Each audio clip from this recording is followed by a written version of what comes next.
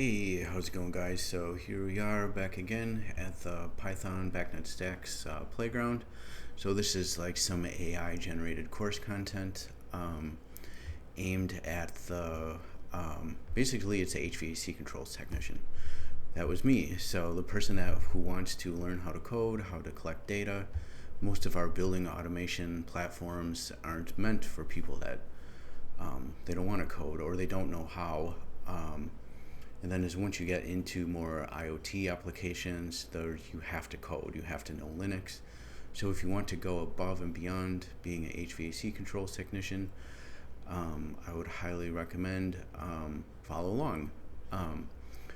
Okay, so this also could be useful for anyone in the IoT world or software engineers who don't know BACnet. They don't know building automation, they don't know operations technology, but the building automation technicians, hey, we do. So we can cross paths, basically. So it's really powerful if you learn how to collaborate with software engineers, IoT people, IT people. This will make you really valuable in the workforce. Plus, it's kind of fun. I like this stuff. It's good stuff to learn. So we got like a major update here. I was just finding that the YouTube videos are taking way too long to learn how to study the Python theory, which I think is important. Like if people that are just starting out, you have to learn a little bit of Python theory. Even if we do vibe code things, studying theory is super important, behind the scenes, in my opinion. So what this course is not for, it's not an advanced networking course. So BACnet can get really complicated, as we all know. Like if you're trying to communicate BACnet from one subnet to another subnet, or building to cloud, or whatever, or BACnet Secure Connect, that's way above and beyond this. So this is just BACnet applications meant for typically, my experience, we would set up BACnet systems in its own subnet. Our IT person gives us, here's your router address, your gateway, your subnet, your static IP address. So you're in your own little silo provided by the IT. So that's all we need to know. And it's all basically just applications. So like what I'm focusing on here is how to build Python scripts and read, write, release, build little applications. So it's not advanced. It can get really complicated for the people that make the BACnet stacks. Some of these people are pure computer science. Like they don't know anything about HVAC at all. So they're bytes on the wire creating code that deciphers. They're reading the BACnet spec and then writing a coding language that deciphers bytes on the wire and how to make whatever, so it complies with the BACnet spec. So that's also really complicated and way above beyond my pay level too. So we don't need to get into that. It could be useful if you want to go above and beyond, but it's beyond 40-day crash course. So we're just going to do Python data types, which is just strings, booleans.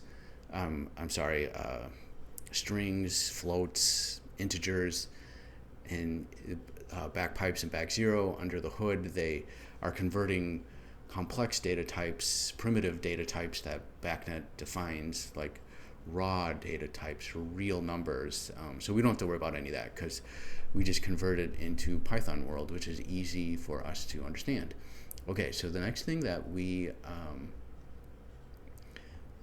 so we'll just learn some basic computer science along the way, vibe code everything, kind of mimicking our edX course that I've been preaching about. So we'll get just into really basic computer science freshman year 101 level algorithms, which will get you a long ways. That's almost all I ever need. So then our vibe code checkpoints that we'll do in this course, like we've done so far, we vibe coded BAC0, present value, print, write, release, end of week 1, which we're still working on. Then we'll make a BAC0 app that collects data and saves to a CSV file in week 2. Week 3, we get into BAC pipes, which is the library underneath BAC0, and we do the same thing on how to read, write, and release, asynchronous Python programming with async IO. And week 4, we'll do pretty much the same thing we're working on right now, is a whois, and then basically auto scan the BAS, and then save a CSV file, basically, of like what the BAS is configured as. And then as we get into algorithms up here, we're kind of like getting into creating BACnet servers. So you can create your own BACnet, little BACnet device that's discoverable on the Jace or inside the building. And I thought it would be kind of fun to maybe do something real. We're going to make a BACnet server that fetches data from Open Weather Map API and then exposes them as BACnet points. So this is kind of fun. This is something kind of like a real-world application even. Operations technology, we typically just have like a crappy sensor wired to the boiler. That's building automation is notorious for reading poor values from weather sensors that they're just cheap sensors, and often they get installed into the sunlight, affects them, or else the garbage truck is parked up next door and the exhaust is causing the sensor to read 10 degrees higher than what it actually is, and then pretty soon your HVAC system is doing things it shouldn't be doing. Then also I want to do a little bit of bonus content on Wireshark, how to capture network PCAPs with Wireshark and analyze it with AI, systemd and Linux, and a little bit of Docker. This is stuff I'm actively still learning to do too, so we'll all learn together. So here we are. So we're actually here. We've covered all this so far. Setting up Python, like refer to the earlier videos on how to set up Python. VS Code extensions. Make sure you reference how to get the VS Code extensions for Python to make your life a lot easier. And then I think we're into right into day 6 on our new AI generated course content. So what I mean by VS Code extensions, get into making sure you have the Python. We covered this earlier, but it's the Microsoft packages by Python. Just install all these. It'll make your life easier. I'm on Windows, so that's not the most ideal thing to be doing this kind of stuff in, but it works. In the real IoT world, we'd be doing everything on Linux. Mac is also nice too, I think, but building automation techs and all of our tools are built on Windows. Okay, so let's get to it. Day 6. Try and get these hopefully not too long. So if you remember, we're using the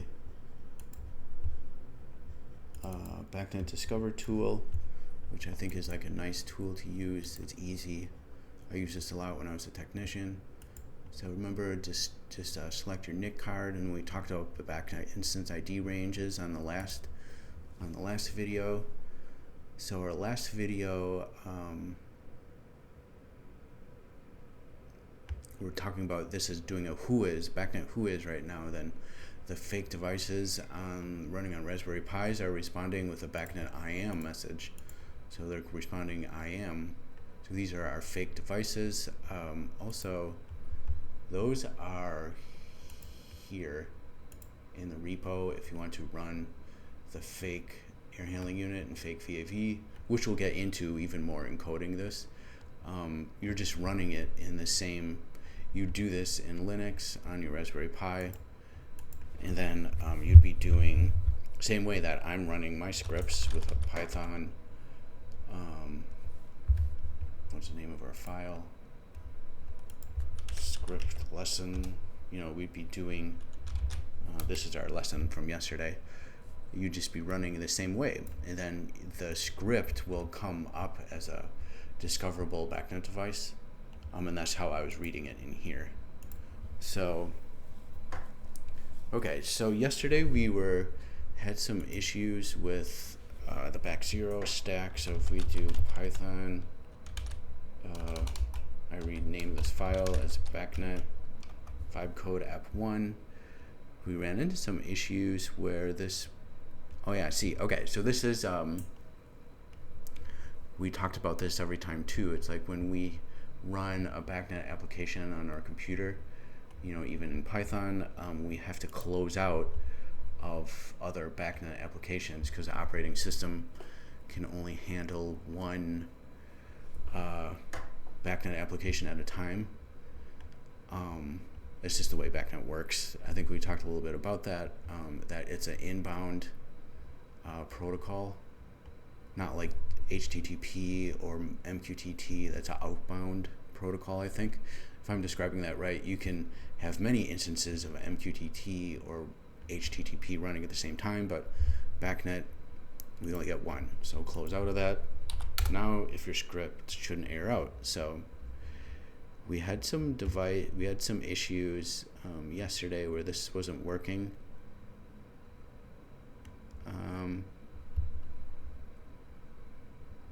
You know, I think there might be like a parameter missing in the global who is. So let's play around with this. We'll just have to see if we can get this working. So I figured like we vibe code a little bit before jumping into the Python theory. So BAC0, GitHub. Okay, so this is Christian's library for BAC0. So if we just jump into it on GitHub, and then we could probably jump right into the source code. So this is source code in Python world, and then we could probably even just type in who is. I'm just going to copy that. Okay, so looks like we have a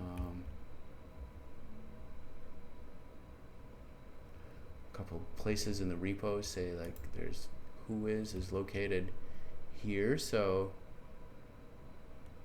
makes sense for letting them. So this is what you might have to do if you are troubleshooting your BACnet application with vibe coding. You might have to look at the source code, and it looks like there's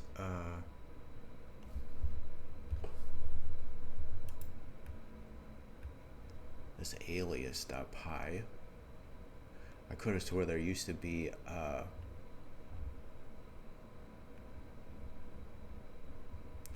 global discovery, but it looks like he only has a high limit, low limit.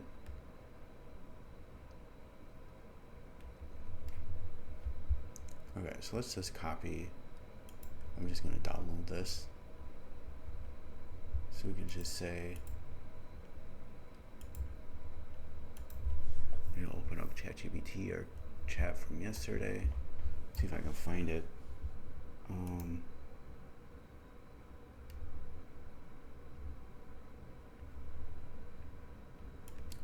Let me just see if I can get back here.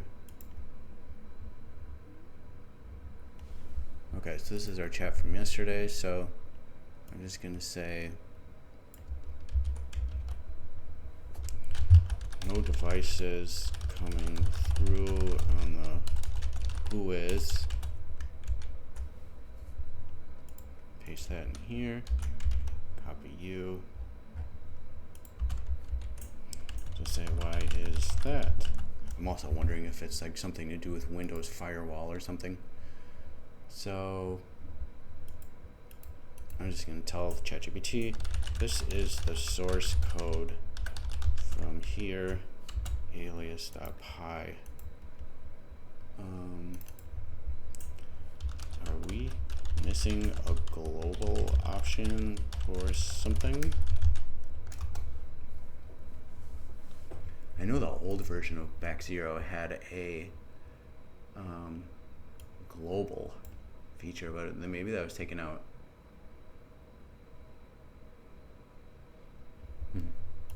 See what AI says.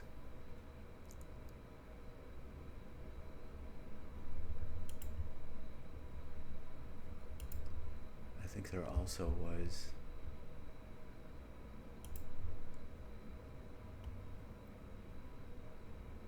another place where they do, oh, it looks like that's where it calls it. So we're kind of deep into the weeds here in the source code of BAC0, but sometimes, hey, you're not crazy. Two separate issues.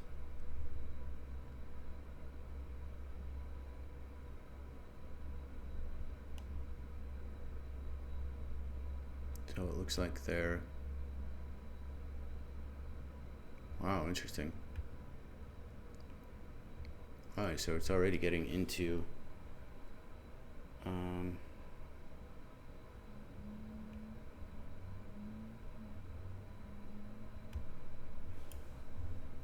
alright, let's see what we got here. Let's try this. A little bit of BACnet who is. Paste it into our code here. Extra print statements, which we talked about strings and prints before.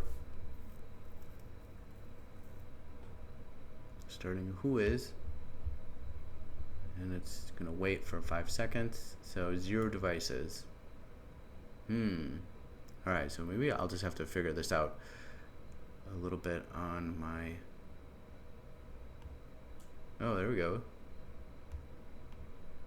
I think we should be looping through that. So this is actually returning something.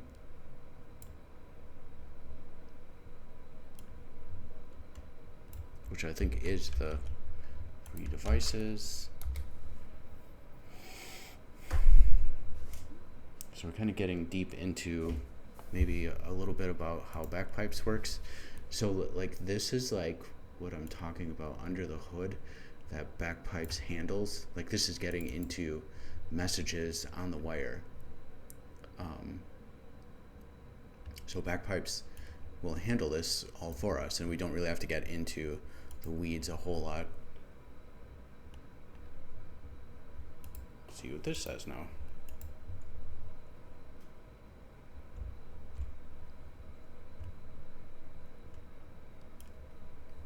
Looks like we can just copy this code. Whoops. Have to do our proper indenting in Python.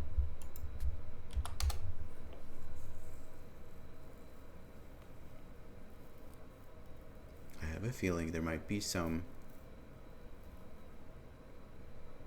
Wow, cool. Okay, so we did discover our Raspberry Pis. This is cool. So we did a discovery. Who has returned all of the data, and then we put everything in a device mapping. So let's ask for more logging on what this is.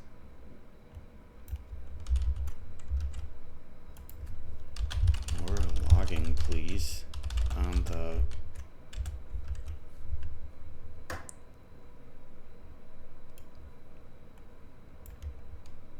what these are. Pretty cool, great job, but what are these? Okay, cool. We had some luck. So like what we did with feeding in source code to artificial intelligence, it definitely helped us get what we needed. Okay, so now this is getting some more logging for us. So this is getting deep into the weeds of some more advanced stuff here, but like this is a list iteration in Python. Don't worry about any of this or understanding it, but you know what we just need. We know what we need. And AI can definitely help you.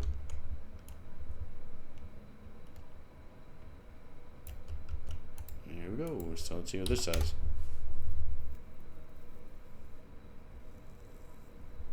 Starting who is. Look at these nice prints.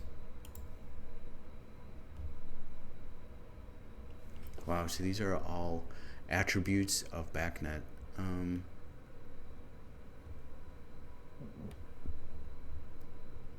So this is like returning raw data So this is what I'm talking about. It's getting above and beyond what we need in the course, but it's kind of nice to know. So you can actually print the vendor ID. In BACnet, each manufacturer has a vendor ID, like Johnson Controls has a vendor ID, Honeywell, Delta, or whatever. Backpipes, I think, defaults at 999, which you can set that your own if you're using backpipes. Here's our addressing. So cool, pretty cool what ChatGPT did here for us. And then like in the course, like we'll get into this stuff in our theory of Python core, in our theory lectures. Like this is a list, a data structure, and we hold all this in we'll like loop over that and print all the stuff. Okay, cool. So we have we're slowly vibe coding. Okay, and then maybe if we can very quickly get through our daily lessons. So I know this is going to get really complicated soon too here, these daily lessons, as it gets harder. So here we are. So introducing lists. So how to work in Python, list data type. There's a feature called an append and a length, which we talked about briefly. Lists are ordered collections of items created by placing comma-rated type of values inside square brackets. Items can be a type, and lists can contain other lists. So this is what we talked about this a teeny bit before. List notation, you slice a list. If you want to get only a little bit of data from the middle of the list, you slice it. So lists are mutable, meaning that you can change them, you can add, remove, and there's a built-in operator called the length feature, which returns the length of a list. If you get into more coding languages like Java, more advanced stuff, Java, C++, or Rust or something, that a lot of data types aren't mutable, where once you put data in the list, you can't make it bigger or modify it even. So that's kind of an important word to soak in to the memory, if it's mutable or not, because that's used a lot in computer science. And if it's mutable, then we can modify it. So there's an empty list. Here's numbers in our list. Here's mixed data types in our list. So Boolean, integer, string. Other coding languages, you can't do that. This is a built-in operator in Python that'll list all the different individual characters in there. Slice, that's how we slice a list. We could just pick out the A and C in BACnet if we wanted to through slicing. Modify, assign the index. So indexing starts at 0. That's index 1, index 2. Index 1 of the list is the middle value. Append, so you can add things to a list, which that's something can be used quite often. And then there's the length of a list. So if you returned the length of this, there's 3 items in there, 3 sensors as strings. Okay, so here's our mini example, and hopefully we can fly through this. I think as some of the stuff gets more complicated, it might take a day or two if something algorithm gets really complicated in a theory. So whatever. If the course goes longer than 40 days, I think that's good because it means we're learning.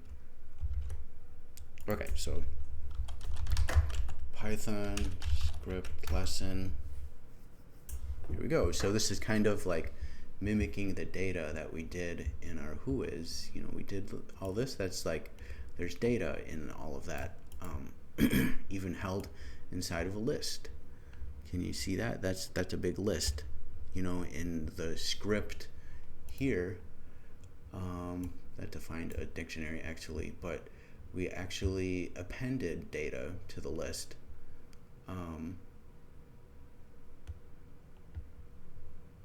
And we checked if it's a tuple data structure, an int, a string. So yeah, we'll get into that. But that's kind of what it's doing.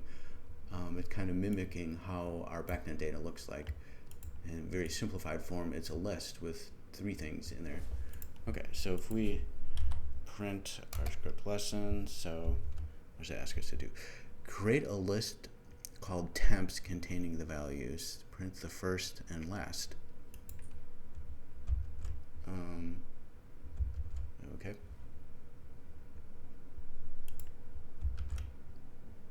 I am just going to, whatever, blast you away. Temps. How are we doing on time? So I'm just going to copy this as fast as I can from our AI generated course here. Print temps. I think this will do it. Temp. Kind of cheating here, but oh well. Alright, so like our first one in our lists, I think arrays, I think in other coding languages always start at 0. So that's at index 0, and then -1 is just some operator that just a default for the last item in the data structure, which is a list. Okay, so that one's done. Using slicing, extract the 2 middle values. Okay, so I think we could do temps print temps.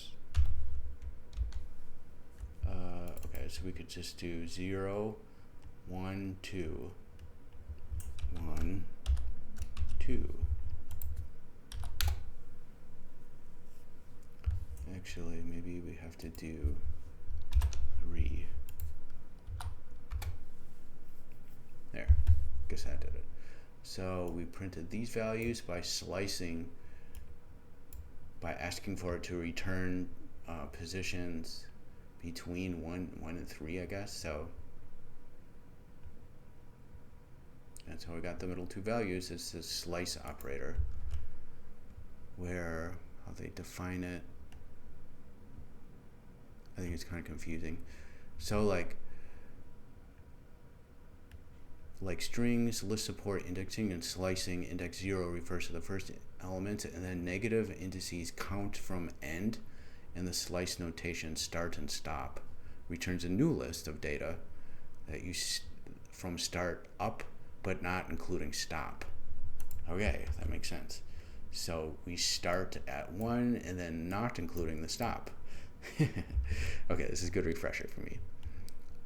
Change the second value in temps to 71 and append 75 value to the end. Change the second value. Okay, so I think we do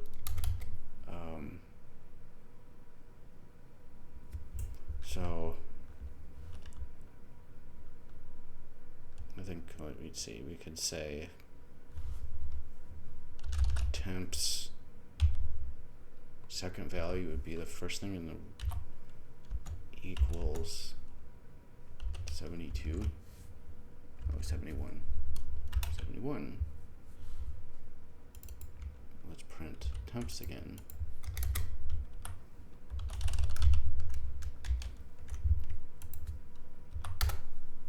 Yep, that worked. Okay, so like we modify the list because it's mutable on that value, our second value, to 71. Cool. And then append to the end. So I think we could just do temps.append value 75.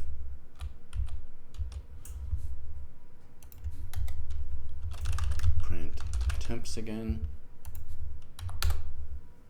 There we go, and our list got a little bit bigger because it's mutable. Okay, create a list from the word HVAC. Create a list from the word HVAC using list and print its contents. Okay, so I think we can just do, you could just do, let's just say HVAC equals a string of the word HVAC, and then just do HVAC, like you can do to list. Oh, that might be actually a different coding language. But you could even just do HVAC as a list equals, you can do it both ways. I think you can do this. You can just define it in brackets like that. And then print HVAC list. Whoops. Crap. There, it's a string inside of a list. I think that's what create the list. Create a list from the word using list. Oh, okay. So I guess it wanted us to use the list. So we just do list. So that's built into Python, is that you can, that converter. Wow, okay, so it printed that all the individual characters.